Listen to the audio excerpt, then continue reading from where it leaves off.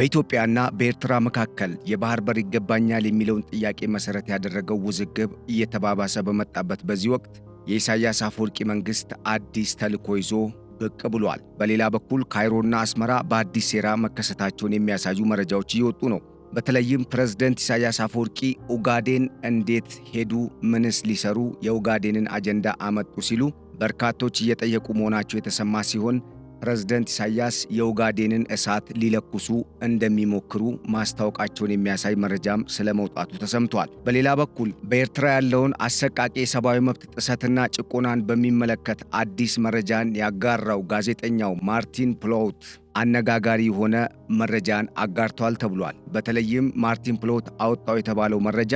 በኤርትራ የሃይማኖት አባቶችን ትኩረት ያደረገ፣ በዋናነትም እነኛ የሃይማኖት አባቶችን ማሰርና ማሰቃየት ከሀገር ማባረርን መሰረት ያደረገ እንቅስቃሴ ስለመደረጉና በሌላ በኩል ደግሞ የተለያዩ የሃይማኖት አባቶች ምንም አይነት ሃይማኖታዊ አስተምሮ እንዳያደርጉ ጥብቅ ማስጠንቀቂያ ስለመሰጠቱ የሚያሳይ አዲስ መረጃ ወጥቷል። ይህንን በስፋት ትሰሙታላችሁ። እንደዚሁም ሆርን ሪቪው ባጋራው አዲስ ጽሑፍ እንዳመላከተው በኤደን ባህረ ሰላጤ ቀጠና የተከሰተው የባህር ላይ ውንብድና አሁን ላይ እየተባባሰ ስለመምጣቱ ያመላከተ ሲሆን በዋናነትም እንደ ኤርትራ፣ ጅቡቲና ሶማሊያን የመሳሰሉ አገራት ፌልድ ስቴት በመሆናቸው ቀጠናውን የመቆጣጠር አቅማቸው ደካማ በመሆኑ ይህ አይነት ክስተት ከዓመታት በኋላ ሊደገም ስለመቻሉ ማመላከቱ ተሰምቷል። በኤርትራ በኩል አሁን ላይ የተለያዩ እንቅስቃሴዎች እየተደረጉ እንደሆነ የሚያሳየው የዚህ የሆርን ሪቪው መረጃ የኢሳያስ አፈወርቂ መንግስት ኢትዮጵያ ላይ ሲያሴር፣ በሌላ በኩል ወንበዴዎችን ወደ ቀይ ባህር በር ቀጠና እያሰማራ እንደሆነ የሚያሳይ አዲስ መረጃንም አጋርቷል። በዚህ መረጃ መሰረት የሻዕቢያ መንግስት ኢትዮጵያ ወደ ቀይ ባህር ቀጠና የምትመጣ ከሆነ የባህር ላይ ወንበዴዎች ወይም ፓይረት የሚባሉትን ሲያሰለጥናቸው የከረመውን ኃይል ወደ ቀይ ባህር ቀጠናና የቀይ ባህር መግቢያ እንደዚሁም የሰሜናዊ የህንድ ውቅያኖስ ዳርቻ አካባቢ በማሰማራት ቀጠናውን በማተራመስ በዲፕሎማሲና በሰላማዊ መንገድ ያጣውን ድል ቀጠናውን በማሸበር ለማግኘት እንደሚሰራ የሚያሳይ አዲስ ሚስጥራዊ መረጃ ይፋ ስለመሆኑ ተሰምቷል። እነኚህንና ሌሎች ወሳኝ የሚባሉ ከቀጠናዊ ጉዳዮች ጋር የተያያዙ በተለይም የኢትዮጵያ ብሔራዊ ጥቅምን የሚመለከቱ መረጃዎችን የምትሰሙበት የገበያ ሚዲያ ልዩ ጥንቅር የመረጃ ፕሮግራማችን ከዚህ እንደሚከተለው ወደ እናንተ ይደርሳል። አብራችሁን እንድትቆዩ በመጋበዝ በቆይታችሁ እንደምታተርፉ እያመንን ለቻናላችን አዲስ የሆናችሁ ቻናላችንን ሰብስክራይብ፣ ፕሮግራማችንን ደግሞ ላይክ እና ሼር እያደረጋችሁ እንደዚሁም የሚሰማችሁን ሐሳብ አስተያየት እንድትለግሱን ተጨማሪ መረጃም ካለ እንድታጋሩን እየጋበዝን በቀጥታ ወደ ዕለቱ የገበያ ሚዲያ ልዩ ጥንቅር የመረጃ ፕሮግራም እንደሚከተለው ተሻገርን።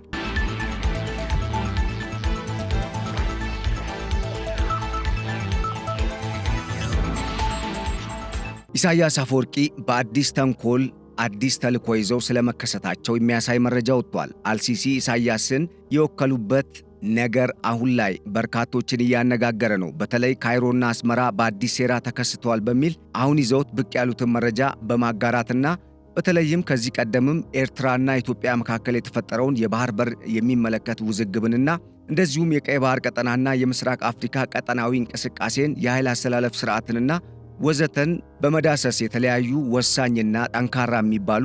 ምሁራዊ አስተያየቶችን ያዘሉ ጽሑፎችን የሚያጋራው ሆርን ሪቪው ቲንክ ታንክ ከሰሞኑ አዲስ መረጃን አጋርቷል። በተለይም ከቀናት በፊት ሆርን ሪቪው የተሰኘው ቲንክ ታንክ የኤርትራ መንግስት ኢትዮጵያን ለመውጋት እያደረገ ያለውን የጦርነት ድግስ እስካላቆመና በውጭም ሆነ በውስጥ ካሉ የኢትዮጵያ ታሪካዊ ጠላቶችና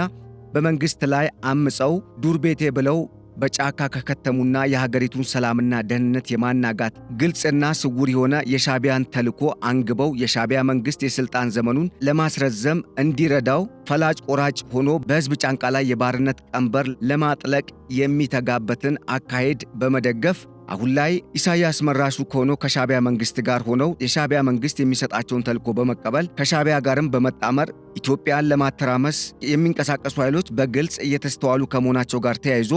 ኢትዮጵያ ከሻዕቢያ መንግስት ጋር የተፈራረመችውን የ1993ቱን የአልጀርስ ስምምነት ለማፍረስ ትገደዳለች የሚሉ የምሁራን ምክረ ሐሳቦችን ያዘለው የሰሞኑ የሆርን ሪቪው ዘለግ ያለ የትንተና ጽሑፍ በሻዕቢያ በተለይም በአስመራ አዲ አሎ ቤተ መንግስት ቁጣን መቀስቀሱ ተሰምቷል። ታዲያ በዚህ የተደናገጠው የአዲ አሎ ቤተ መንግስት ዘዋሪው ሰው ኢሳያስ አሁን ከኢትዮጵያ ጋር በቀጥታ ሊገባበት እየተዘጋጀበት ካለው ጦርነት በተጨማሪ ኢትዮጵያና ሶማሊያን ለማጋጨት የኦጋዴንን ቀጠና አዲስ የመነጋገሪያ አጀንዳ ሆኖ እንዲቀርብ ለማድረግ በቅጥረኞቹ የፕሮፓጋንዳ አጋፋሪዎቹ በኩል እያስለፈለፈ መሆኑን ምንጮች ጠቁመዋል።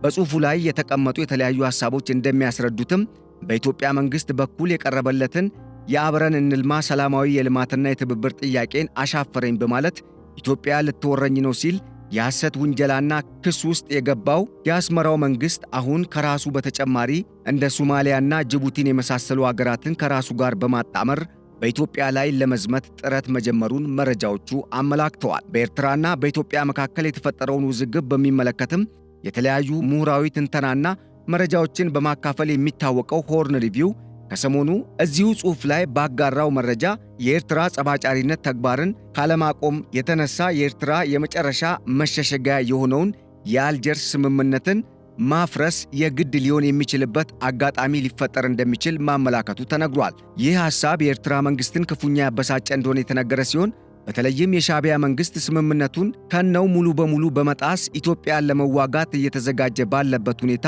ስለምን ኢትዮጵያ ስምምነቱን በአንድ ወገን ብቻዋን ለማክበር ትገደዳለች ሲል የሚጠይቀው ሰፊና ጥልቀት ያለው ይህንኑ የሆርን ሪቪው የትንተና ጽሑፍ እንደ ጦር በመፍራት ነገሩ ከብዶኛል፣ በመሆኑም ተባብረን የኢትዮጵያ መንግሥትን እንጣል ወደሚል የለመደው ነገር ጠማቂነት ተግባሩ መሸጋገሩን መረጃው አመላክቷል። ሶማሊያ በሐሳቡ እንደማትስማማ ፕሬዝዳንት ኢሳያስ በ1964 በግብፅ ካይሮ የተፈረመውን የኡጋንዳ ስምምነት እንዲፈርስና ሶማሊያ ኢትዮጵያ በአሁኑ ጊዜ ከፍተኛ ኢንቨስትመንት ባደራጀችበትና የኢትዮጵያ ኢኮኖሚን ለማሳደግ ትልቅ መሠረትን ይጥላል የተባለውን የኦጋዴን ቀጠናን ባለቤት ነኝ ብላ እንድትቀርብ ግፊት እያደረገ ስለመሆኑ ተሰምቷል። ምንም እንኳን በኤርትራ በኩል አደገኛ የተባለና ምንም ሕጋዊ መሠረት የሌለው የጦርነት ተግባር እንዲፈጸም ሶማሊያን ለማግባባት ቢሞክርም ሶማሊያ ግን በጉዳዩ ዙሪያ ትንፍሽ ከማለት መቆጠቧን የመረጃ ምንጩ ጠቁሟል። በአሰብ የኦጋዴንን አጀንዳ ያመጣው ሻዕቢያ በእርግጥም ኢትዮጵያ የባህር በሩን ለማግኘት እያደረገች ያለችው እንቅስቃሴ ከፍተኛ ስጋት ውስጥ እንደጣለው ያመላከተ እንደሆነ ያረጋገጠ ነው የተባለለት ይህ አሻጥር ከዚህ ቀደም ከግብፅና ከሶማሊያ ብሎም ከጅቡቲ እንደዚሁም በቀጠናው ከነኚህ ኃይላት ጋር የሚጣመሩ ኃይሎች በጋራ በመከሩበት ወቅት የኦጋዴን ጉዳይ አንዱ መነጋገሪያ ሆኖ እንደነበር መረጃው ጠቁሟል። ይህንንም ተከትሎ የሻዕቢያ መንግሥት ኢትዮጵያ የባህር በሩን ለማግኘት በተቃረበችበት በዚህ ወቅት ሶማሊያ ኡጋዴን የኔ ነው ስትል እንድትጠይቅ የሚል አዲስ መነጋገሪያ ሐሳብ ይዘው መምጣታቸው ተሰምቷል። የቀይ ባህር አፋሮችን የትጥቅ ትግል እንዲያደርጉ ኢትዮጵያ የረዳች ነው በሚል የሚወነጀለው የኤርትራ መንግሥት ኢትዮጵያ በቀይ ባህር ላይ ላነሳችው ጥያቄ የመልስ ምት በሚመስል መልኩ ሶማሊያ በኦጋዴን ላይ ይገባኛል የሚል ጥያቄን ማንሳት ትችላለች ሲል በአፈቀላጤዎቹ በኩል ይዞ ብቅ ለማለት የሞከረው አዲሱ የመጫወቻ ካርዱ ሩቅ የሚያስኬደው እንዳልሆነ ተንታኞች አስተያየታቸውን ሰጥተዋል። የኢትዮጵያ እድገት የሚያበግነውና ኢትዮጵያን ጠላት አድርጎ የሚቆጥረው ጸበኛው የሻዕቢያ ቡድን ለኢትዮጵያ ቀጣይ ኢኮኖሚያዊ እድገት ብዙ አስተዋጽኦን እንደሚያደርግ የተነገረለትን ግዙፉን የኦጋዴን ጋዝ ማዳበሪያና የነዳጅ ፕሮጀክት ላይ ያነጣጠረ የሽብር ተግባር ለመፈጸም ሌላ የጥፋት ዓላማው ተጣማሪ አገር ፍለጋ ላይ ስለመሆኑም እነዚሁ መረጃዎች ጠቁመዋል ተብሏል። ከዚህ ቀደም ከወራት በፊት በሶማሊያ የሚንቀሳቀሰውን አልሸባብ የተባለውን የአሸባሪ ቡድንና ተጣማሪዎቹ የሆኑትን ሌላዎቹን የቀጠናውን ሰላምና ደህንነት የሚያደፈርሱ እንደ አልቃይዳና አይኤስ ያሉ የሽብር ቡድኖችን በማደራጀት የፕሬዝዳንት ሐሰን ሼክ መንግሥትን ለመገልበጥ ጥረት ሲያደርግ እንደነበር የተደረሰበትና ከፕሬዝዳንት ሐሰን ሼክ ጋርም ውዝግብ ውስጥ ገብቶ የነበረው ፕሬዝዳንት ኢሳያስ አፈወርቂ አሁን ላይ ሶማሊያ ኡጋዴን የኔ ነው ስትል ኢትዮጵያ ላይ ጫና እንድትፈጥር አዲስ የመነጋገሪያ አጀንዳ ይዞ ብቅ ስለማለቱ ተሰምቷል።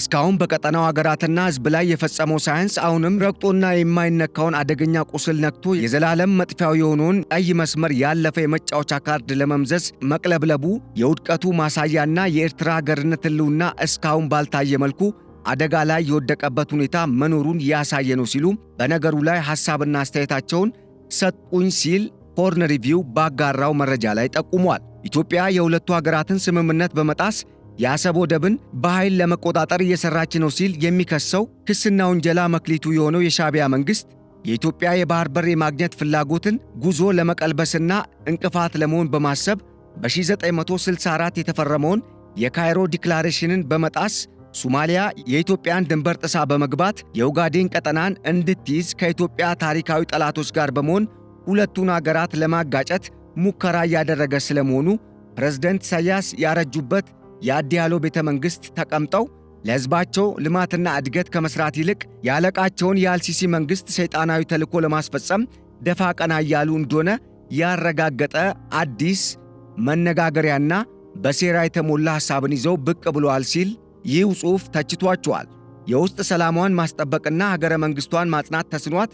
እየተንገዳገደች የምትገኘው ሶማሊያ በመሪዋ ፕሬዝዳንት ሐሰን ሼክ አማካኝነት በአዲስ አበባና በካይሮ መካከል ተወጥራ ባለችበት በዚህ ወቅት አይደለም ኡጋዴንን መቆጣጠር ይቅርና የሁለቱ ሀገራትን ድንበር ጥሶ አንድ ስንዝር አልፋ ብትመጣ የሚከተላት አጸፋዊ ምላሽ ምን ሊሆን እንደሚችል አሳምራ ታውቃለች የሚሉ ተንታኞች በበኩላቸው እንደሚሰጡት አስተያየት ኢሳያስ ተስፋ በመቁረጥ ውስጥ ስለሆኑ ያንንም ይህንንም ለመያዝ የመኳተን ጉዳይ ካልሆነ በስተቀር የሚሳካ አይደለም በማለት የሻዕቢያ መንግሥት አሁናዊ እንቅስቃሴው አለው አልጠፋውም አጀንዳ አድርጉኝ ከማለት የዘለለ እንዳልሆነ አመላክተዋል። ቀጠናው በኢትዮጵያና በኤርትራ መካከል የተፈጠረው ውዝግብ የቀጠናውን አየር በሞላበት በዚህ ወቅት ተስፋ የቆረጠው የኢሳያስ አፈወርቂ መንግሥት የመጨረሻ መጫወቻ ያለውን ቀጠናውንና በቀጠናው የሚደረገውን የንግድ እንቅስቃሴ የሚያውክ አዲስ ነውጠኛ ተግባርን ይዞ ስለመምጣቱም ተሰምቷል። በተለይም የተለያዩ አጀንዳዎችን በመፍጠርና በኢትዮጵያ ላይ ጫና በማድረግ ከዚህ ቀደም በርካታ ዓመታትን የፈጀው የሻዕቢያ መንግሥት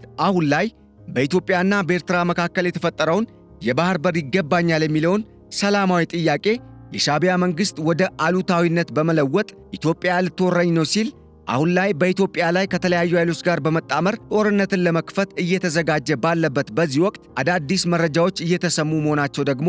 በእርግጥም የሻዕቢያ መንግሥት የኢትዮጵያ እድገት ከሚያናድዳቸው መሪዎች መካከል በቀጠናችን ዋነኛው መሪ እንደሆኑ ከማሳየቱም በላይ ኢትዮጵያና ኤርትራ መካከል ያለው አሁናዊ ግንኙነት እንዲሻክር እንጂ ወደ ሰላም እንዲመጣ እንደማይፈልግ ያረጋገጠ ነውም ተብሏል።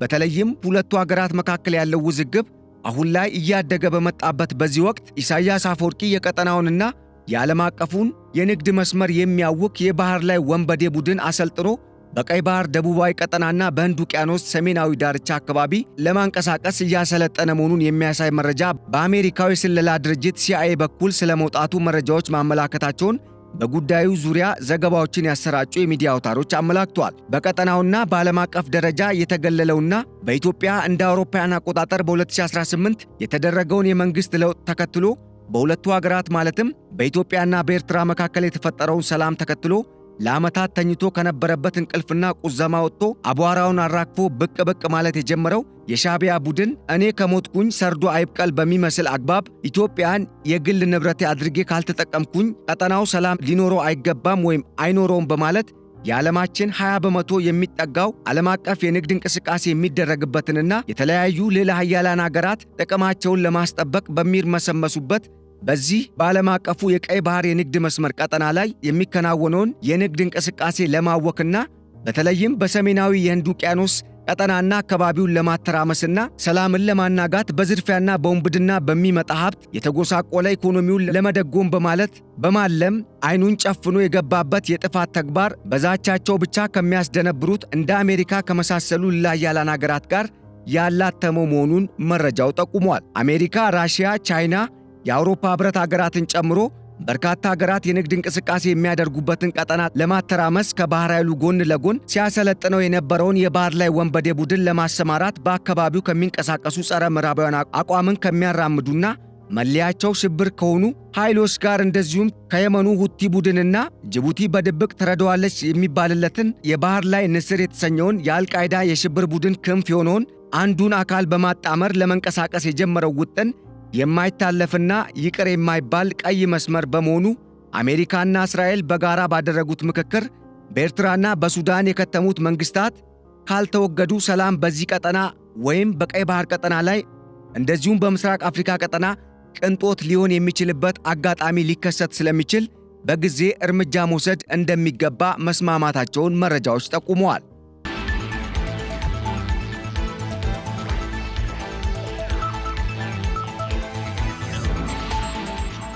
ታዲያ ይህን አይነቱን አዋኪ የሽብር እንቅስቃሴ ለመከላከል የአሜሪካ መንግስት ከኢትዮጵያ መንግስት ጋር በጥምረት እንደሚሰራና ኢትዮጵያን በቀይ ባህር ቀጠና ብትቀላቀል የዚህ አይነቱን እና ሌሎች ተመሳሳይ የሽብር እንቅስቃሴዎችን ለመከላከል አቅም ያላት የአሜሪካ ወሳኝ የቀጠናው አገር መሆን የምትችል አገር መሆኗን ያመላከተው የአሜሪካ መንግስት የማረጋገጫ የሁለቱ አገራትን ግንኙነት ማጠናከሩን የሚያበስረው መግለጫ ደግሞ የሻዕቢያ መንግስት አሁን ላይ እያደረገ ያለውን እንቅስቃሴ የበለጠ እንዲገፋበት ብሎም በቀጠናው ላይ ያለውን ተጋላጭነት የበለጠ እንዲያጎላ ሊያደርገው የሚችል እንደሆነም በርካቶች እየተናገሩ ይገኛሉ። በዚህ ለኤርትራና ለግብፅ ጣማሪ ጸረ ኢትዮጵያ ኃይሎች አደጋ በተባለው የአሜሪካ በኢትዮጵያ ጎን የመቆም ጉዳይ እና ዜና መሰማቱን ተከትሎ የኢሳያስ ባለስልጣናት ሳንቀደም በሚል ነጥብ ለማስቆጠር ያግዙናል ያሏቸውን የተለያዩ በሮች እያንኳኩ መሆናቸውን መረጃዎች ጠቁመዋል። ሁኔታው በተካረረበት በዚህ ጊዜም የአሜሪካ የአፍሪካ ኮማንዶ ዋና ሰው ዳግቪን ወደ አዲስ አበባ መምጣታቸውና ከጠቅላይ ሚኒስትር ዶክተር አብይ አህመድና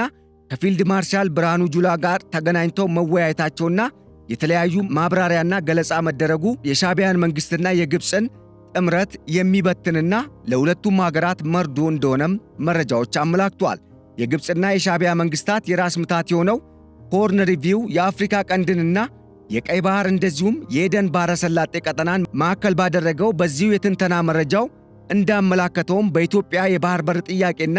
በቀጠናው ልዩ ወታደራዊና ኢኮኖሚያዊ ጥምረትን በመፍጠር የቀጠናውን ወሳኝ የተባሉ የባህር ዳርቻዎች በተለይም የቀይ ባህር በር መግቢያ የሆኑትን የሃኒሽ ደሴቶችና በሰሜናዊ የህንድ ውቅያኖስ ቀጠና ስትራቴጂክ የሚባሉ አቀማመጥ ያላቸውን እንደ ሶኮትራ ያሉ ደሴቶችን የተቆጣጠሩት የእስራኤልና የተባበሩት አረብ ኤሚሬትስ መንግስታት እያደገ የመጣውን በቀጠናው ላይ ያላቸውን ተጽዕኖ የመፍጠር አቅም ግብፅ፣ ሳውዲ አረቢያ፣ ኤርትራና ሱዳን በእጅጉ ስጋት ውስጥ ጥሏቸው እንደሚገኝ መረጃው ጠቁሟል። ይህም ጉዳይ ሳይሆን አይቀርም አሁን ላይ የሻዕቢያ መንግስት የመጨረሻ ነው የሚለውን የባህር ላይ ወንበዴዎችን በቀጠናው በማሰማራት የቀጠናውን ሰላማዊ ሁኔታ በማወክ የቀጠናውን የንግድ እንቅስቃሴ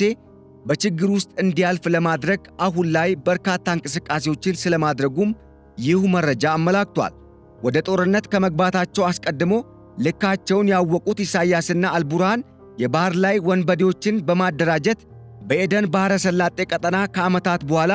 በድጋሜ እነኚህ የባህር ላይ ወንበዴዎች እንዲርመሰመሱ የሚያደርግ አዲስ ስትራቴጂን በመንደፍ የቀጠናውን ሰላም ለማናጋት አሁን ላይ ከተለያዩ ኃይሎች ጋር መንቀሳቀሳቸው በቀጠናው ላይ ጥቅማችን እንዲጠበቅ ሲሉ የተለያዩ የጦር ሰፈሮችን ገንብተው የሚገኙ ሀገራትን ጥቅም የሚጎዳ ያላወቁት ግን ደግሞ የሚመጣ ከፍተኛ አደጋ ይጋረጥባቸዋል ሲሉም ተንታኞች ጠቁመዋል።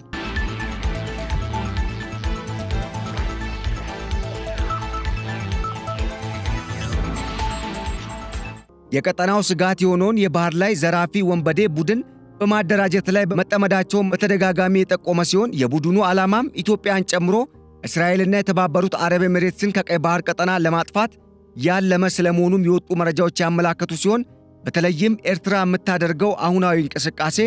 ከኢትዮጵያ በተጨማሪ ከበርካታ ሀገሮች ጋር ሊያጋጫት የሚችል ስለመሆኑም በመረጃው ተመላክቷል። ኤርትራ አሁን ላይ የምስራቅ አፍሪካ ቀጠናን ከማተራመስ በተጨማሪም በዓለም አቀፍ ደረጃ የተለያዩ ሀገራት ለመቆጣጠር የሚፎካከሩበትን የቀይ ባህር ቀጠናን ሰላም በእጅጉ የሚፈታተን አደገኛ አካሄድን እየሄደች ስለመሆኗም በመረጃው ተመላክቷል። እስራኤል በአንጻሩ ከዚህ ቀደም ከነበረው የኢትዮ እስራኤል ግንኙነት በተሻለ መልኩ በጣም በቅርበት እየሰራች እንደምትገኝ በመግለጽ አሁን ላይ በሁለቱ ሀገራት መካከል ያለው ግንኙነት ከመቼውም ጊዜ በላይ በተለያዩ መስኮች ትብብርን ማዕቀፍ በማድረግ የተጠናከረ መሆኑንና ይህም በቀጠናዊ ስጋትና በአጠቃላይ በቀይ ባህር ቀጠና ላይ የሚደረጉ እንቅስቃሴዎችን በሚመለከት ሀገራቱ በንቃት በጥምረት እንዲንቀሳቀሱ የሚያስችል አቅም እንደፈጠረላቸውም በኢትዮጵያ የእስራኤል አምባሳደር አብርሃም ንጉሴ ማረጋገጣቸውን መረጃዎች አመላክተዋል። አሁን ላይ በቀይ ባህርና በህንድ ውቅያኖስ ሰሜናዊ ዳርቻና በአጠቃላይ የኤደን ባህረ ሰላጤ ቀጠና እንደ አዲስ ያገረሸው የባህር ላይ ውንብድና እንቅስቃሴን ተከትሎ ከዚህ ቀደም ላለፉት 2-3 አስርት ዓመታት እንደነበረው ጊዜ በሰው ሀገር የባህር ኃይል ላይ ጥገኛ ሆና ብሔራዊ ጥቅሟን ክብሯንም ሆነ ደህንነቷን ማስጠበቅ ስለማትችል ኢትዮጵያ አሁን ላይ የቀይ ባህር ቀጠናን መቀላቀልና የባህር ኃይሏን በቀጠናው እንደ ዓይን በሚቆጠረው የአሰብ ቀጠናና የቀይ ባህር መግቢያ አካባቢ እንደዚሁም በባበል መንደብና በኤደን ባህረ ሰላጤ ዋና ዋና በሚባሉ ቦታዎች ላይ እንዲንቀሳቀስ በማድረግ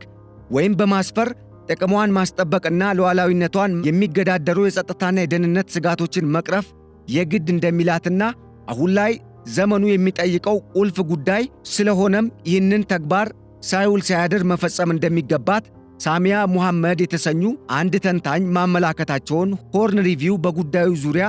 ባጋራው ሰፊ የትንተና ጽሑፍ አስታውቋል። ሆርን ሪቪው ባጋራው በዚህ ጽሑፍም በኤደን ባህረ ሰላጤ ቀጠና አሁን ላይ የተከሰተው የባህር ላይ ውንብድና ከኢትዮጵያ፣ እስራኤልና የተባበሩት አረብ ኤምሬትስ ተቀናቃኝ ሀገራት የሴራ ውጤት ከመሆኑም በተጨማሪ ሌላ ገፊ ምክንያቶች እንዳሉ ያስገነዘበ ሲሆን በተለይም እንደ የመን፣ ሶማሊያና ሱዳን ያሉ ቀጠናዊ ሀገራት እስካሁን በዘለቀ ጦርነት ውስጥ መሆናቸውና የመንግሥት መዋቅር መላላት ዋና ምክንያት እንደሆነ ያስቀመጠ ሲሆን በሌላ በኩል የቀይ ባህርና የህንድ ውቅያኖስን የሚያዋስኑ እንደ ኤርትራና ጅቡቲን የመሳሰሉ ሱዳንንም ጨምሮ ፌልድ ስቴት የሚል ስያሜ የተሰጣቸው መሆናቸው በቀጠናው የሚታየውን የጸጥታ ስጋት ለመቆጣጠር አቅም እንደሌላቸው ያመላከተ ነውም ተብሏል። ይህም ሁኔታ በቀጠናው አሁን ላይ አዳዲስ የጸጥታ ስጋቶች እንዲፈጠሩ ስለማድረጉ የተገለጸ ሲሆን ይህ ሁኔታ በዚህ መልኩ በተጋረጠበት ሰዓት ኢትዮጵያ የቀይ ባህር ቀጠናን ልቀላቀልና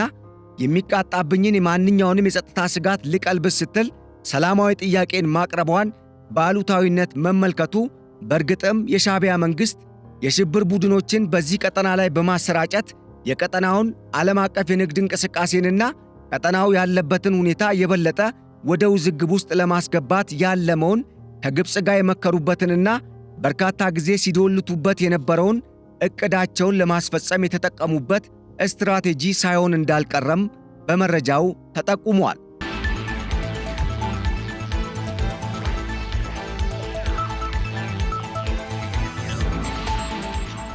ይህ በእንዲህ እንዳለ ማርቲን ፕሎት የተሰኘው አንጋፋ ጋዜጠኛ የኢሳያስን ጉድ ያጋለጠ ሲሆን በተለይም ኢሳያስ አፈወርቂ የታፈኑ የሃይማኖት አባቶችን ይልቀቅ ሲል ያቀረበው ጥያቄ መነጋገሪያ መሆኑ ተሰምቷል። ከፍተኛ የሰብአዊ መብት ጥሰትና አፈና በሚደረግባት በኤርትራ ገደብ ያጣው የኢሳያስ አፈወርቂ መንግሥት አሁን ላይ የሚናገረው የሌለ ሕዝቡን እያፈነ እንደፈለገው የሚያደርግና ከሕዝቡም አልፎ የሃይማኖት አባቶችን እንደፈለገው እያሰረ በእስር ቤት የሚገድል ሆኗል ሲል የኢሳያስን ጉድ ዘርግፎበታል ተብሏል። ከሰሞኑ በኤርትራ የተለያዩ ከተሞች ቁጣን የቀሰቀሰውና የሻዕቢያ መንግሥት ያልተገባ እርምጃ የተባለው ሼክ አደም ጃቢር ሻባን የተሰኙ አንድ የሃይማኖት አባትን ወደ ዘብጥያ መጣሉና በእስር ለመቅጣት ወደ ፍርድ ቤት ሳይሄዱ በካድሬዎች ፍርድ እንዲወሰንባቸው የተደረገበት መንገድ የሻዕቢያ መንግሥት ምን ያህል አምባገነን ከመሆኑም በላይ ጥግ ላይ ስለመድረሱ ያሳየ ነው ሲል ጋዜጠኛው ማርቲን ፕሎት አስታውቋል። ከዚህ ቀደም የተለያዩ ሃይማኖት አባቶች የበላይ የሥራ ኃላፊዎችንና እንደዚሁም የተለያዩ ከሃይማኖት እንቅስቃሴ ጋር ግንኙነት አላቸው የተባሉ ግለሰቦችን ያለምንም የፍርድ ቤት ትዕዛዝና ሕጋዊ አግባብነት በሌለው አግባብ ወደ እስር ቤት በማጎር በኮንቴነሮችና በተለያዩ አካባቢዎች በሚገኙ የማሰቃያ ቦታዎች በመውሰድ እያሰቃያቸው ግማሾቹ ሕይወታቸውን ሊያልፍ ስለመቻሉም ማርቲን ፕሎት ባጋለጠው ምስጢር መመላከት መቻሉን መረጃው ጠቁሟል። ከሳምንታት በፊት በአስመራ መፈንቅለ መንግሥት ሊያደርስ ይችላል በሚል ስጋት ውስጥ የጣለው የአስመራው የወጣቶች ተቃውሞ በተለይም ሼክ ሐጂ ሙሳ ወደ ዘብጥያ ከወረዱ በኋላ እስር ቤት እያሉ ሕይወታቸው የማለፋቸው ጉዳይና በእሳቸው ስም የተሰየመው ትምህርት ቤት በመንግሥት ቁጥጥር ስር መዋሉና ለወታደሮች መኖሪያነት ጥቅም ላይ እንዲውል በመንግሥት የተወሰነው ውሳኔ በኤርትራ አሁን ላይ የኢሳያስ አፈወርቂ መንግሥት ፈላጭ ቆራጭ ከመሆኑም በላይ የሚናገረኝ የለም ብሎ ሕዝቡን እንደፈለገ እያንገላታው ነው። ይህንን ሥርዓት መገርሰስ ይገባል ሲል ማርቲን ፕሎት ለምዕራባውያን አገራት መንግሥታት ባሰራጨው አዲስ መረጃው መግለጹን ተጠቁሟል። በተመሳሳይ የኦርቶዶክስ ሃይማኖት ሕጋዊ ፓትርያርክ የነበሩትን አቡነ አንጦኒዮስን በመንግሥት ትእዛዝ ከመንበራቸው እንዲወገዱ ከማድረጉም በላይ ለዓመታት በቁም እስር እንዲቆዩና ከሀገር እንዳይወጡ በማድረግ መጨረሻ ላይ በጤና እክል ሕይወታቸው እንዲያልፍ ምክንያት ስለመሆኑም የሻዕቢያ መንግሥት ያደረሰውን በሕዝቡ ላይ አሁን ላይ እየፈጸመ ያለውንም በደል በሚመለከት ይህ ጋዜጠኛ ባጋራው የኤርትራ መንግሥት ምስጢር በሚል ርዕስ በተሰጠው ውይይት ላይ መግለጹ ተሰምቷል። በካቶሊካዊት ቤተክርስቲያን ደግሞ የተለያዩ የመንግስት አካላት የሚያቀርቡላቸውን ጥያቄ የማይቀበሉ አካላትንና በተለይም የቤተክርስቲያኗ የበላይ አባቶችን በማሰርና ትምህርት ቤቶችንና የጤና ተቋማቶቿን በመውረስ እንደዚሁም ጴንጤቆስጤ፣ ፕሮቴስታንት ወይም የሙሉ ወንጌል አማኞችንና የሕያዋን ምስክሮች ወይም የጆቫ ምስክር የሚባሉ ቤተ እምነቶች በኤርትራ መንቀሳቀስ እንዳይችሉና ዕውቅናም እንዳያገኙ የተነፈጉበትና በርካታ አባላቶቻቸው አሁንም ድረስ በእስር ቤት ያሉበት ሁኔታ በኤርትራ ያለውን አሰቃቂ ሁኔታ በእጅጉ ያሳየ ነው ሲልም ማርቲን ፕሎት ባጋለጠው የኤርትራ መንግሥት ምስጢራዊ እንቅስቃሴን የሚያሳይ መረጃው ማመላከቱ ተሰምቷል።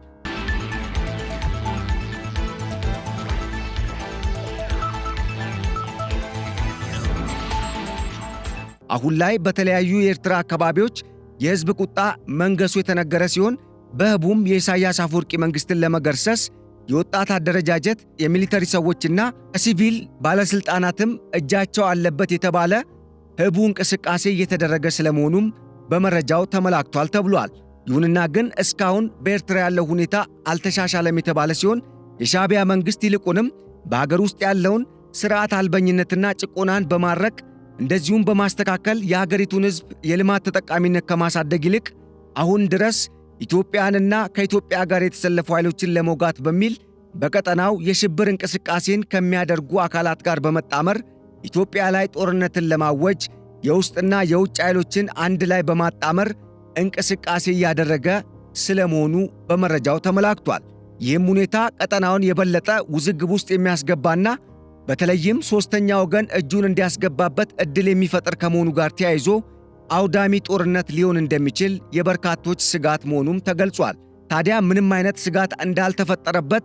እያስመሰለ የሚገኘው የሻዕቢያ መንግሥት በሌላ በኩል ከኢትዮጵያ መንግሥት ጋር ለመደራደር በደቡብ አፍሪካና በሳውዲ አረቢያ በኩል ጥሪ ስለማቅረቡ የወጡ ምስጢራዊ መረጃዎች ማመላከታቸውን የጠቆሙ ምንጮች እንዳረጋገጡት የሻዕቢያ መንግሥት ከኢትዮጵያ መንግሥት ጋር ለመደራደርና በተለይም በቅርቡ በተሰሩ የተለያዩ የዶኩመንተሪ ፊልሞች አማካኝነት የሁለቱ ሀገራት ወታደራዊ አቅምና ዝግጁነትን በሚመለከት የኢትዮጵያ አቅም አይሎ በመገኘቱ የሻዕቢያ መንግሥት ከፍተኛ ስጋት ውስጥ በመውደቁ የሳውዲ አረቢያ መንግሥትም ሆነ የደቡብ አፍሪካ መንግሥት በሁለቱ ሀገራት መካከል ያለውን ግንኙነት ለማረቅና ወደ ሰላም ለመመለስ ብሎም ሻዕቢያ ያቀረበውን የመደራደሪያ ነጥብ በመቀበል ኢትዮጵያ ከኤርትራ መንግሥት ጋር ወደ ድርድር እንድትመጣ የሚያደርግ ጥሪን ለሁለቱ ሀገራት መሪዎች ማቅረቡን መረጃዎች ጠቁመዋል። ይሁንና ግን እስካሁን ድረስ በኤርትራው አፈቀላጤ በማስታወቂያ ሚኒስትሩ በአቶ የማነ ገብረ መስቀል በኩል ይህንን ጉዳይ በሚመለከት የወጣ መረጃ እንደሌለ ምንጮች ማረጋገጣቸው ተጠቁሟል። አሁን ላይ በሁለቱ ሀገራት መካከል ያለው ውዝግብ እየተጧጧፈ የመጣ ሲሆን በተለይም ኢትዮጵያ አሁንም ድረስ ጉዳዩን በሰላማዊ መንገድ ለመጨረስ የምታደርገው ጥረት በሻዕቢያ መንግሥት በኩል ፈርታይ ነው ሲል አስቂኝ መረጃ ከመስጠትም በተጨማሪ ኢትዮጵያ ውስጥ ያለውን እንቅስቃሴ ለማወክና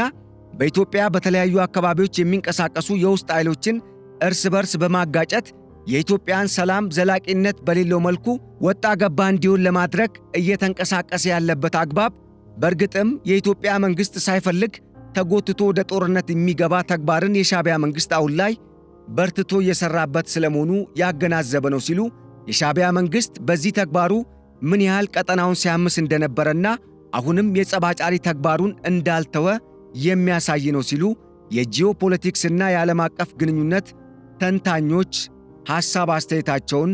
ሰጥተዋል ተብሏል። ውድ አድማጭ ተመልካቾቻችን ለዕለቱ ያዘጋጀንላችሁ የገበያ ሚዲያ ልዩ ጥንቅር የመረጃ ፕሮግራማችን እስካሁን የሰማችሁትን ይመስል ነበር። ስለተከታተላችሁንና አብራችሁን ስለዘለቃችሁ እጅጉን በማመስገን በቀጣይ በሌሎች ርዕሰ ጉዳዮች ዳግም ወደ እናንተ እስክንመለስ ለአሁኑ በዚሁ ተሰናበትን። ሰላም።